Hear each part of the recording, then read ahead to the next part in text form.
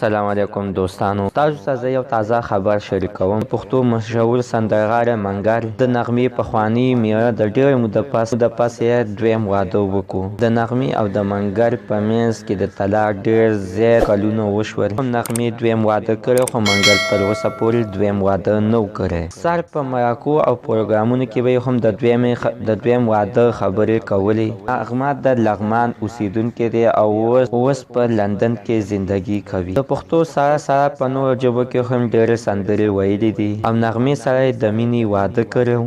څه موده پس یې بیا د دواړو په منځ کې څه مشکلات پیدا شول. بیا نغمې بیا د منګل نه طلاق واخیستلو. هغې نه پس نغمې بیا دویم واده وکړو. منګل بیا هم د نغمې نه ډېرې ګیلې لرلې. منګل ویل چې د آخر د ما نه په څه باندې جدا شوله، چې دې سره خو ما ډېر په بیده او د زړه نه واده کړی و. چې منګل د یو پروګرام کې د انټرویو په دوران کې د داسې شعرونو سره په جلا شوی و. هغې سره د ټولې نړۍ پښتنو بیا د هغه جلا دا معنا ورکړه د منګل سره نغمې ډېر غټ ظلم کړی دی، چې یعنې په زور یې ترنه طلاق اخیستی دی. بیا د هغې نه پس نغمې ویل چې منګل ما سره مینه لري، نو غواړم چې دوباره ورسره بیا واده وکړو. خو د نغمې جواب بیا منګل ونه کړو او په دغه خبره باندې چوپ پاتې شو. منګل بیا په یو پروګرام کې همدام ویلي و چې کابل یوه جینۍ سره د واده دپاره تیاره ده. کله بیا هغه جینۍ خبره شوه چې دې سره په بینک اکاونټ کې هېڅ هم نشته، نو هغه بیا زما د واده نه انکار وکړو. اوس په سوشل میډیا باندې همداسې اوازه خوره ده چې منګل یعنې دویم واده وکړو.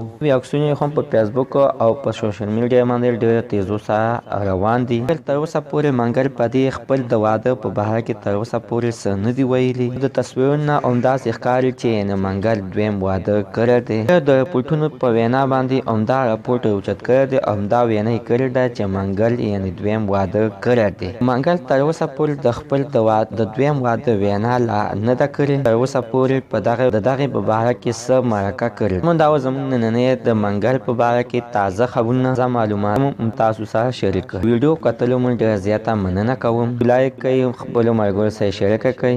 دا چینل د سره سبسکرایب کړئ، خوا کې ورسره د ټلۍ نښانې ووهئ چې ښایي یوه نوې معلوماتي ویډیو تاسو ته په اسانۍ باندې در ورسیږي.